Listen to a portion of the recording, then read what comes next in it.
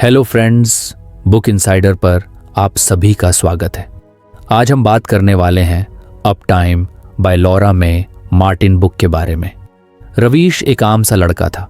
Mid 20 के दशक में एक अच्छी जॉब में था, लेकिन दिन भर की भाग दौड़ में कुछ गुम सा महसूस करता था। हर दिन की शुरुआत बड़े बड़े प्लान्स के साथ होती थी, लेकिन शाम तक वो एक थका हुआ, उलझा हुआ इंसान बनकर रह जाता था। ऐसा नहीं था कि उसे काम करना पसंद नहीं था, बल्कि वो तो खुद को हर वक्त बिजी रखने की कोशिश करता था। ऑफिस में वो हर काम के लिए यस बोल देता था। कोई फेवर मांगे तो भी यस, कोई प्रोजेक्ट ऑफर करे तो भी यस, और इसी यस के चक्कर में उसकी लाइफ पूरी तरह आउट ऑफ कंट्रोल हो गई थी। एक दिन रवीश की नज़र उसके पुराने दोस्त कबीर की इंस्टाग्राम स्टोरी पर पड़ी। कबीर हमेशा एक बैलेंस्ड और सॉर्टेड इंसान था। स्टोरी में उसने एक किताब की तस्वीर डाली थी, अप टाइम, एक practical guide to personal productivity and wellbeing. Ravish ने स्टोरी पर रिप्लाई कर दिया, भाई ये कैसी बुक है, पढ़ने लायक है क्या? कबीर ने तुरंत रिप्लाई किया, बिल्कुल पढ़, तेरी लाइफ का पर्सपेक्टिव बदल जाएगा। रवीश ने बिना टाइम बर्बाद किए उस किताब को ऑनलाइन ऑर्डर कर दिया। 3 दिन बाद जब वो किताब उसके हाथों में आई तो उसके पन्नों की महक में एक अलग ही फ्रेशनेस थी। उस दिन उसने खुद से वादा किया कि चाहे जो हो जाए वो रोज कम से कम एक लेसन जरूर पढ़ेगा। किताब का पहला लेसन था prioritize tasks and master the art of saying no. Ravish ने उस पेज को खोला और पढ़ना शुरू किया। सबसे पहले लिखा था, your time is your most valuable resource, learn to protect it. ये लाइन पढ़ते ही उसे लगा कि ये तो सीधा उसके दिल पर वार कर रही है। वो सचमुच अपने समय को दूसरों की ज़रूरतों में बर्बाद कर रहा था। वो आगे पढ़ता गया। लेसन में लिखा था कि सबसे पहले अपनी लाइफ की टॉप 3 प्रायोरिटीज तय करो। रवीश ने किताब को 1 मिनट के लिए बंद किया और सोचना शुरू किया। उसने अपने दिमाग में खुद से पूछा, मेरी टॉप 3 प्रायोरिटीज क्या होनी चाहिए? जवाब मिला, 1 करियर ग्रोथ, 2 हेल्थ और 3 फैमिली टाइम। किताब में बताया गया था कि हर प्रायोरिटी को एक्शनेबल टास्क्स में डिवाइड करो।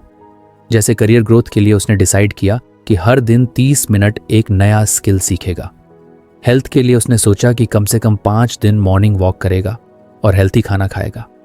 फैमिली टाइम के लिए उसने तय किया कि हर हफ्ते कम से कम 1 दिन अपने पेरेंट्स के साथ डिनर करेगा, बिना किसी डिस्ट्रैक्शन के। लेकिन कहानी का असली ट्विस्ट तब आया जब उसने learn to decline non essential requests का हिस्सा पढ़ा। उसमें लिखा था कि जब भी कोई आपसे कुछ ऐसा मांगे जो आपकी प्रायोरिटीज से मैच नहीं करता, तो पोलाइटली नो कहना सीखो। रवीश को याद आया कि पिछले हफ्ते उसका एक कॉलीग उसे अपना प्रोजेक्ट पूरा करने में हेल्प करने को कह रहा था। रवीश ने बिना सोचे समझे यस बोल दिया था और अपने सारे ज़रूरी काम छोड़कर उसकी मदद करने लग गया था।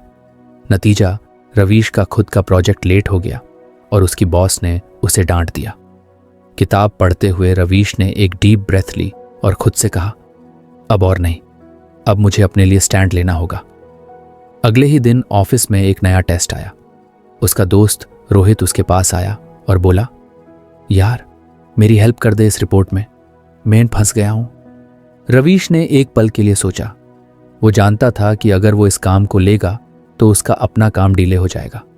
उसने मुस्कुराते हुए कहा, रोहित मैं समझ सकता हूं तुझे हेल्प चाहिए, लेकिन इस वक्त मैं अपनी प्रोजेक्ट डेडलाइन में फंसा हूं। सॉरी, इस बार मैं नहीं कर पाऊंगा। रोहित कुछ असहज हुआ, लेकिन रवीश ने महसूस किया कि उसके दिल पर अजीब सा सुकून था। उसने पहली बार अपनी बाउंड्रीज सेट की थी। शाम को रवीश ने घर आकर किताब के नोट्स निकाले और अपने दिन को रिव्यू किया। उसे लगा कि ये छोटी सी नो उसकी लाइफ में कितना बड़ा बदलाव ला सकती है। उसने किताब के अगले चैप्टर की तरफ देखा, लेकिन खुद को रोका। नहीं, पहले इस लेसन को पूरी तरह अपनी लाइफ में इंप्लीमेंट करूंगा, उसने खुद से कहा। रवीश को अब एहसास हो रहा था कि प्रायोरिटीज और बाउंड्रीज सेट करने का मतलब सेल्फिश होना नहीं है। इसका मतलब है कि अपनी लाइफ को उस डायरेक्शन में ले जाना जहां आप सच में जाना चाहते हो। उस रात उसने डायरी में लिखा, आज मैंने सीखा कि नहीं कहना सेल्फ रेस्पेक्ट का पहला कदम है। वो मुस्कुराया, लाइट बंद की और सोचने लगा कि किताब का अगला लेसन उसकी लाइफ को और कैसे बदल सकता है। रवीश ने अगली सुबह एक नई एनर्जी के साथ शुरुआत की। पिछली रात उसने अपने दिमाग को अच्छे से शांत किया था, क्योंकि उसे महसूस हो रहा था कि उसने नहीं कहना सीखकर अपनी लाइफ का पहला बड़ा कदम उठा लिया है। अब उसे बेसब्री से इस बात का इंतजार था कि अप टाइम की अगली सीख उसकी लाइफ में क्या नया बदलाव लाएगी। किताब खोलते ही उसने अगला लेसन पढ़ा, identify and protect your power hours.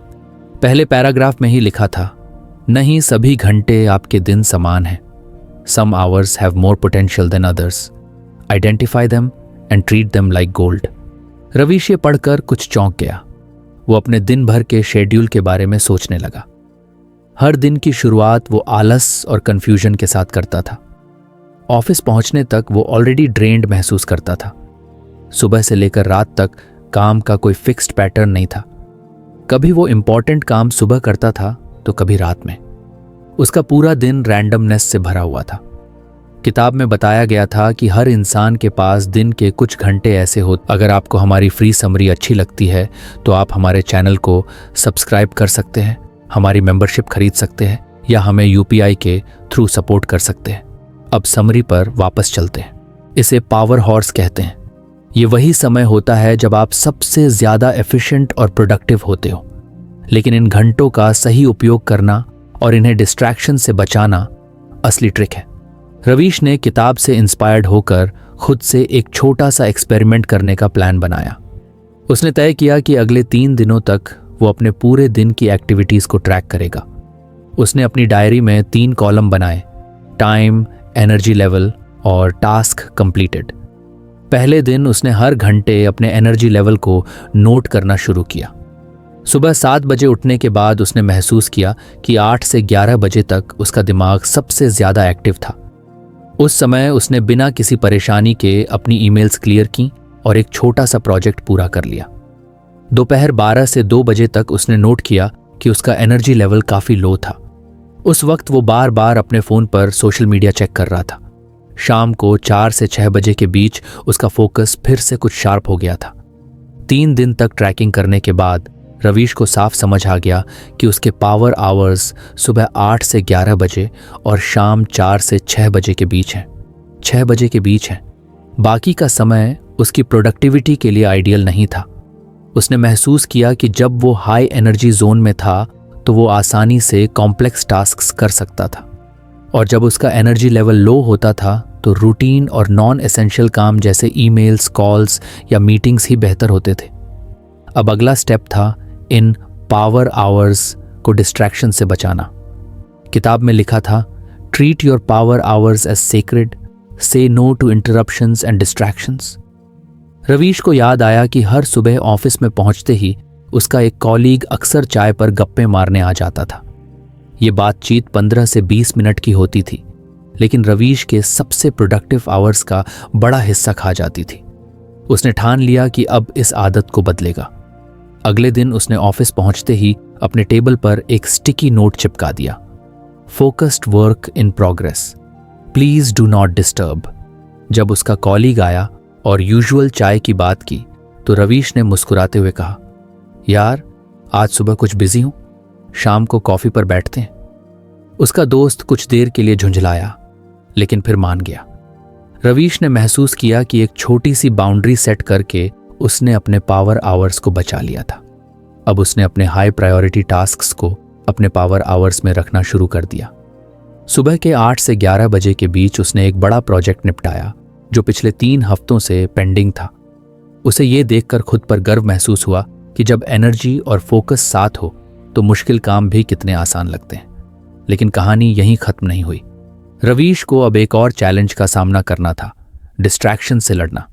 Power hours को प्रोटेक्ट करना जितना जरूरी था उतना ही मुश्किल भी था। जैसे जैसे उसने अपने हाई एनर्जी आवर्स में काम करना शुरू किया, वैसे वैसे डिस्ट्रैक्शंस भी बढ़ने लगी। रवीश ने नोटिस किया कि सबसे बड़ा कल्प्रिट उसका फोन था।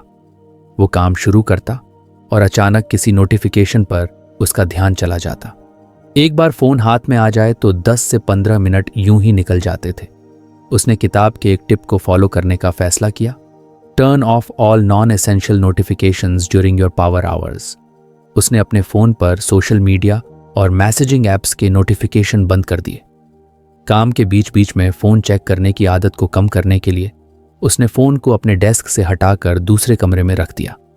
पहले तो ये सब कुछ अजीब लगा, लेकिन धीरे धीरे उसने महसूस किया कि बिना इंटरप्शंस के काम करना कितना सेटिस्फाइंग हो सकता है। उसने एक और नया रूल बनाया, no emails during power hours. Ravish ने तय किया कि वो अपनी ईमेल्स को सिर्फ दिन में 2 बार दोपहर 1 बजे और शाम 5 बजे चेक करेगा। इन छोटे छोटे चेंजेस ने रवीश की एफिशिएंसी को दोगुना कर दिया।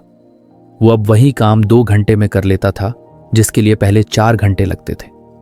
रवीश को एक और बड़ा फायदा महसूस हुआ, उसे खुद के लिए ज्यादा वक्त मिलने लगा। वो शाम को जल्दी फ्री होकर अपने पेरेंट्स के साथ बैठकर बातें करता था। वीकेंड्स पर उसने अपने हॉबीज को एक्सप्लोर करना शुरू किया।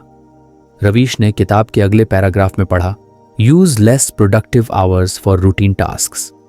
उसने अपने लो एनर्जी पीरियड्स को भी स्मार्टली यूटिलाइज करना शुरू किया, जैसे दोपहर 1 से 3 बजे के बीच जब उसका एनर्जी लेवल सबसे कम होता था, वो एडमिन वर्क या मीटिंग्स रखता था। इस तरह हाई एनर्जी टास्क्स और लो एनर्जी टास्क्स का परफेक्ट बैलेंस बन गया। रवीश को अब अपनी लाइफ में एक रिदम महसूस हो रही थी। वो दिन के हाई एनर्जी और लो एनर्जी फेजेस को समझकर अपनी प्रोडक्टिविटी को मैक्सिमाइज कर रहा था। उसने अपने दोस्तों के साथ इस नए अनुभव को शेयर किया। कई लोग उसकी बात सुनकर इंस्पायर हुए और अपनी लाइफ में भी इस तरीके को अपनाने की कोशिश करने लगे। उस रात रवीश ने फिर अपनी डायरी में लिखा, आज मैंने सीखा कि हर दिन के कुछ घंटे सबसे ज्यादा कीमती होते हैं। उन्हें बचाना और सही तरीके से इस्तेमाल करना ही असली प्रोडक्टिविटी है। उसने मुस्कुराते हुए किताब को बंद किया और सोचा कि अगला लेसन क्या सिखाएगा। रवीश अब धीरे धीरे अपने जीवन में एक अलग ही बदलाव महसूस कर रहा था। हर नया दिन उसे किताब के पिछले लेसन्स पर काम करने का मौका दे रहा था और वो अपने हर छोटे से बड़े फैसले को लेकर ज्यादा कॉन्फिडेंट हो रहा था। उसने अपनी प्रायोरिटीज सेट कर ली थी, अपने पावर आवर्स पहचान ली थे और डिस्ट्रैक्शंस को दूर रखना सीख लिया था। अब उसे लग रहा था कि उसकी प्रोडक्टिविटी का एक स्ट्रॉन्ग फाउंडेशन बन चुका है। एक रविवार की सुबह जब घर में सब सो रहे थे और बाहर हल्की सर्द हवा चल रही थी, रवीश ने अपनी किताब का अगला पन्ना पलटा। अगला लेसन था implement the list funnel method. जैसे ही उसने टाइटल पढ़ा, उसे लगा कि यह लेसन शायद उसकी टू डू लिस्ट बनाने की आदत को लेकर होगा। उसने खुद को तैयार किया और पढ़ना शुरू किया। पहले ही पैराग्राफ में लिखा था, a disorganised to do list is the enemy of productivity. Learn to funnel your tasks systematically to reduce chaos and focus on what matters. Ravish ने एक पल के लिए रुककर अपनी पुरानी आदतों के बारे में सोचा। वो हमेशा अपनी टू डू लिस्ट लंबी और डिटेल्ड बनाता था। हर छोटी बड़ी चीज उसमें डाल देता, चाहे वो जरूरी हो या नहीं। दिन खत्म होते होते उसकी लिस्ट आधी भी पूरी नहीं होती थी और वो खुद को नाकाम महसूस करता था।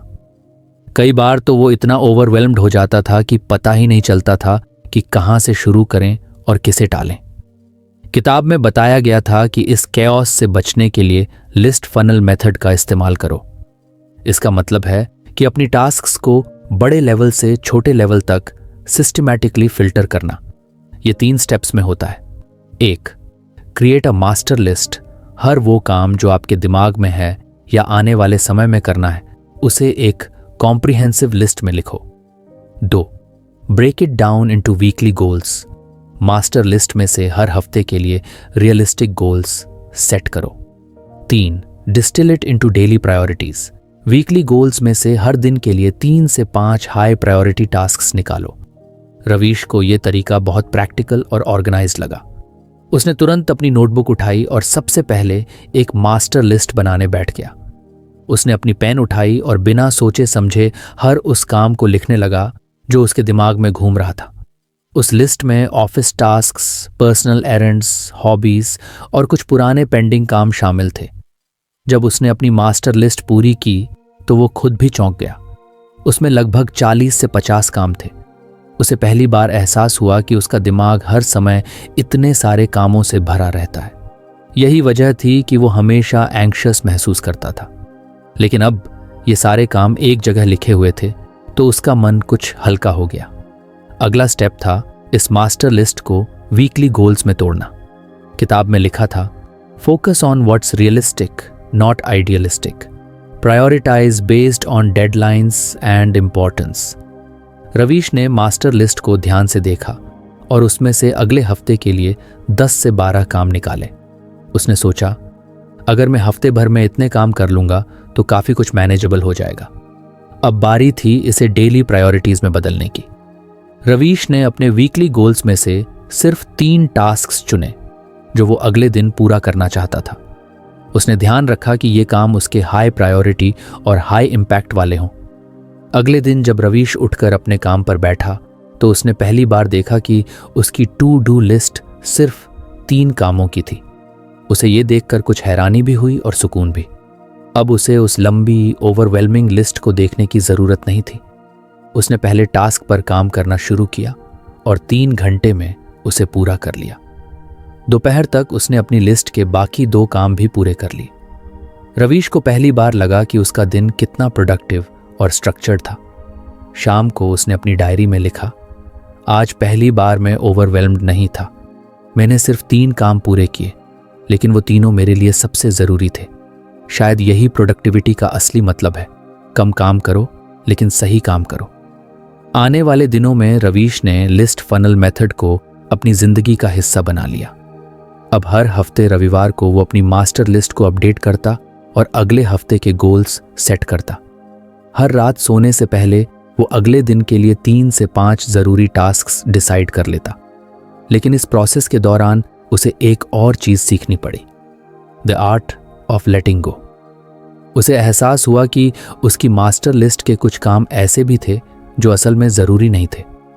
किताब में लिखा था, don't confuse urgency with importance, learn to eliminate और delegate tasks that don't align with your priorities.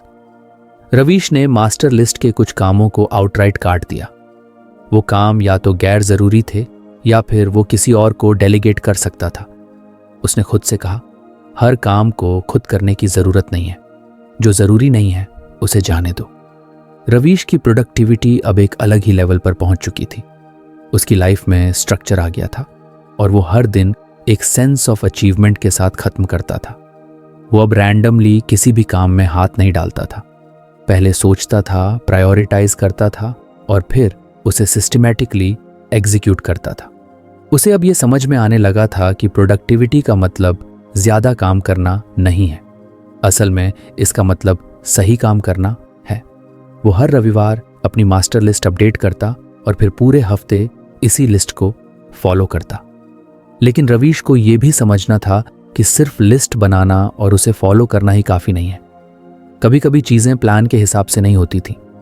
किसी दिन अचानक से ऑफिस में कोई अर्जेंट काम आ जाता था और उसकी पूरी लिस्ट गड़बड़ हो जाती थी। लेकिन इस बार वो परेशान नहीं हुआ।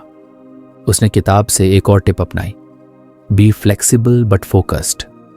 उसने सीखा कि प्रायोरिटीज बदलने की स्थिति में भी उसे अपने प्लान को एडजस्ट करना है, न कि हार माननी है। रवीश को अब अपने जीवन में क्लैरिटी मिलने लगी थी।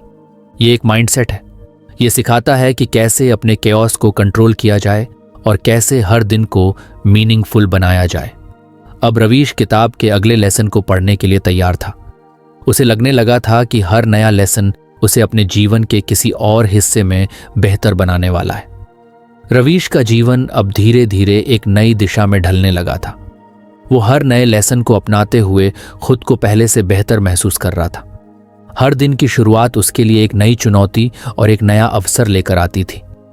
किताब की सीखों ने न सिर्फ उसकी प्रोडक्टिविटी को बेहतर किया, बल्कि उसके सोचने के तरीके को भी पूरी तरह बदल दिया था। एक शांत शनिवार की सुबह रवीश ने अपने कमरे की खिड़की से झांकते हुए अपने लिए चाय बनाई और सोचा, आज देखते हैं अगला लेसन क्या कहता है। उसने किताब को खोला और पढ़ना शुरू किया। अगला लेसन था designate hot spots and not spots. पहले ही लाइन ने उसका ध्यान खींच लिया। आपका पर्यावरण आपकी उत्पादकता को आकार देता है। Assign specific tasks to specific locations to build mental associations and enhance focus. Ravish ने कुछ रुककर अपने घर और ऑफिस के माहौल के बारे में सोचना शुरू किया। उसने महसूस किया कि उसका काम करने का तरीका हमेशा कुछ रैंडम था। कभी वो अपने बिस्तर पर बैठकर लैपटॉप खोल लेता था, कभी डाइनिंग टेबल पर और कई बार तो सोफे पर लेटे लेटे ईमेल्स चेक करता था। ऑफिस में भी उसका वर्क स्टेशन पूरी तरह क्लटर्ड था। उसके डेस्क पर पुराने पेपर, आधी भरी हुई पानी की बोतलें और रैंडम चीज़ें पड़ी रहती थीं। किताब में बताया गया था कि प्रोडक्टिविटी को बढ़ाने के लिए अपने माहौल को कंट्रोल करना ज़रूरी है। इसमें 2 कॉन्सेप्ट्स पर खास ध्यान दिया गया, हॉट स्पॉट्स और नॉट स्पॉट्स। हॉट स्पॉट्स वे जगह होती हैं जहां आप अपने हाई प्रायोरिटी और डीप फोकस वाले काम करते हो। नॉट स्पॉट्स वे जगह होती हैं जो रूटीन टास्क्स या रिलैक्सेशन के लिए होती हैं। रवीश को ये आइडिया बहुत रोचक लगा। उसने सोचा, शायद यही वजह है कि जब मेन बिस्तर पर बैठकर काम करता हूं तो कुछ ज्यादा प्रोडक्टिव नहीं कर पाता। शायद मेरा दिमाग इसे आराम की जगह मानता है। उसने पहले कदम के रूप में अपने घर और ऑफिस में हॉट स्पॉट्स और नॉट स्पॉट्स निर्धारित करने का फैसला किया। सबसे पहले उसने अपने घर के छोटे से कमरे को देखा जहां एक कोना खाली था। उसने तय किया कि ये कोना उसका डेडिकेटेड हॉट स्पॉट होगा। उसने एक छोटी सी टेबल और एक एर्गोनॉमिक कुर्सी खरीदी।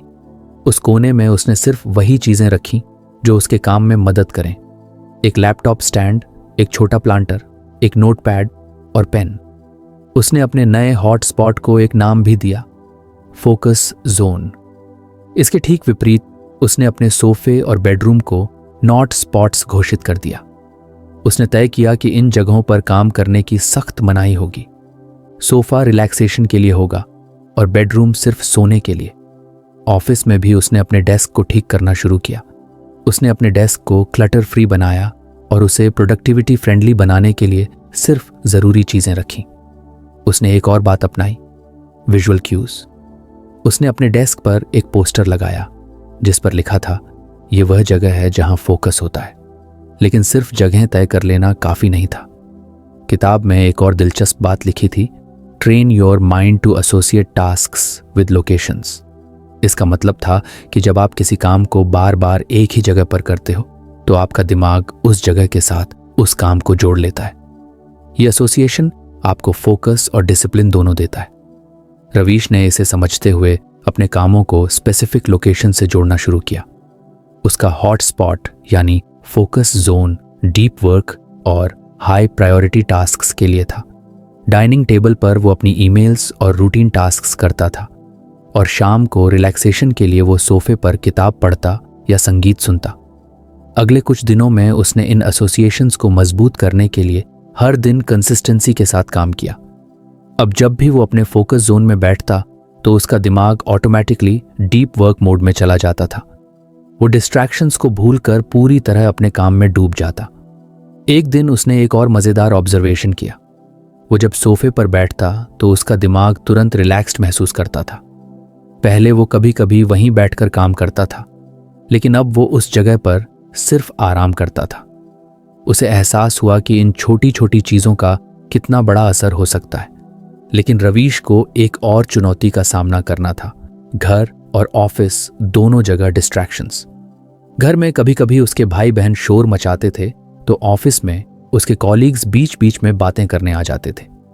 उसने किताब से एक और सलाह ली, set clear boundaries for your hot spots. उसने अपने परिवार से बात की और उन्हें समझाया कि जब वो फोकस जोन में काम कर रहा हो तो उसे डिस्टर्ब न करें। ऑफिस में उसने अपने डेस्क पर एक छोटा सा संकेत लगाया, working, please knock before interrupting. धीरे धीरे इन बाउंड्रीज ने काम करना शुरू कर दिया। घर में भी और ऑफिस में भी उसे अनइंटरप्टेड समय मिलने लगा।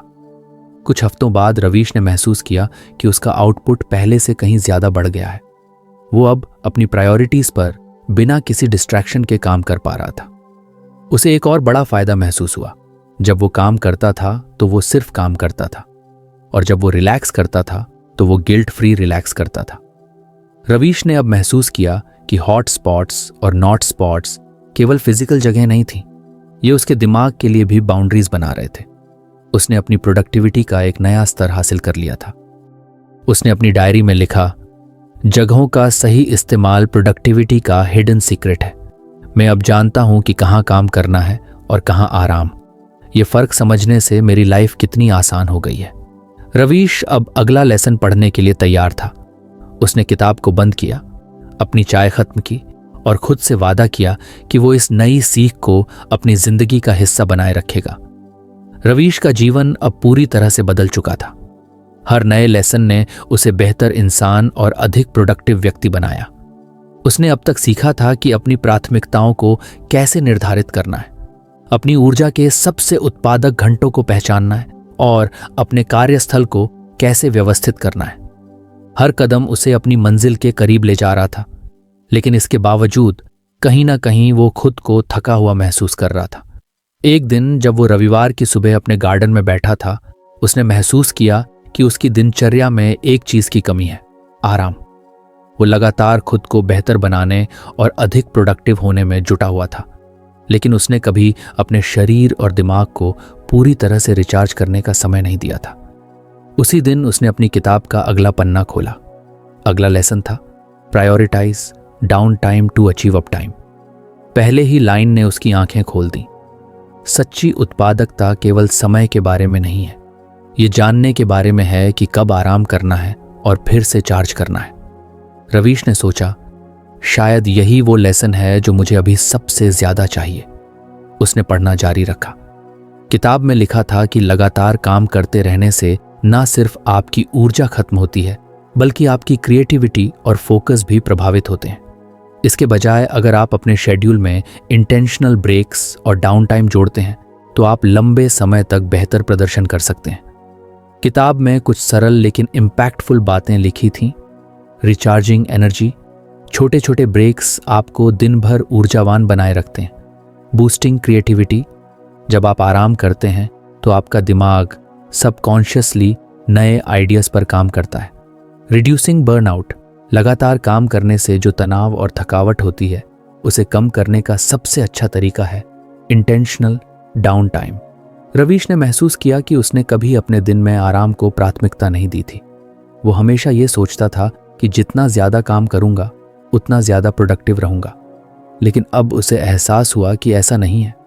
किताब में बताया गया था कि डाउन टाइम को रैंडम नहीं होना चाहिए, इसे भी प्लान करना चाहिए, जैसे आप अपने बाकी काम प्लान करते हैं।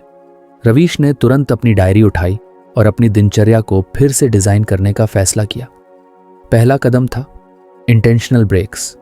उसने सोचा, मैं हर दिन 2 छोटे ब्रेक्स और एक बड़ा ब्रेक लूंगा।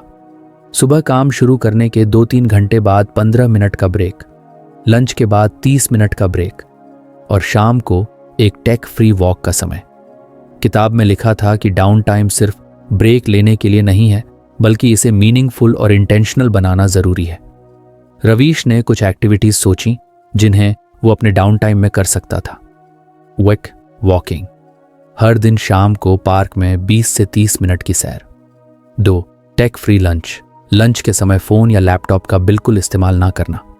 3 पावर नैप्स, अगर दिन में थकान महसूस हो तो 10 से 15 मिनट की झपकी।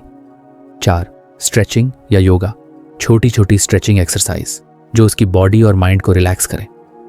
अगले दिन सुबह रवीश ने अपने दिन की शुरुआत नए प्लान के साथ की। उसने अपने फोकस जोन में बैठकर डीप वर्क शुरू किया, लेकिन आज उसने एक नई चीज की, टाइमर सेट किया। उसने तय किया कि 2 घंटे के बाद वो एक छोटा ब्रेक लेगा।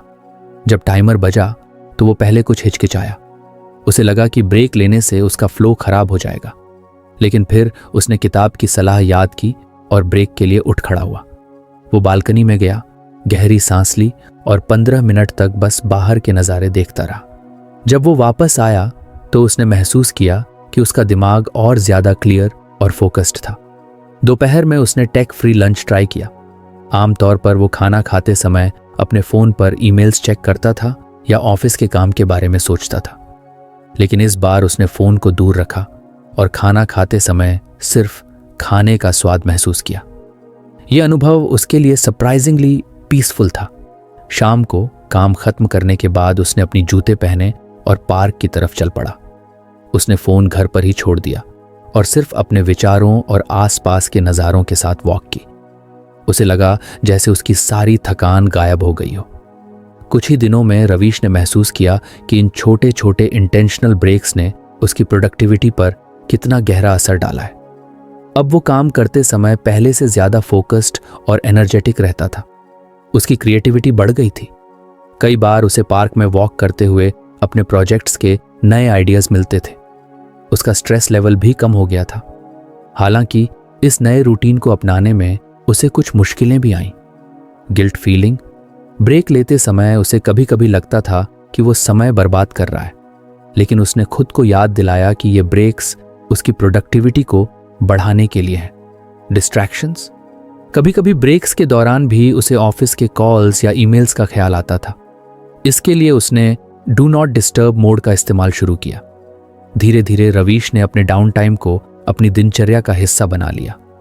वो अब हर दिन इंटेंशनल ब्रेक्स लेता और हर ब्रेक को बल्कि एक इंसान के तौर पर भी रिफ्रेश करता है। रवीश ने महसूस किया कि डाउन टाइम ने उसकी लाइफ में एक बैलेंस ला दिया है।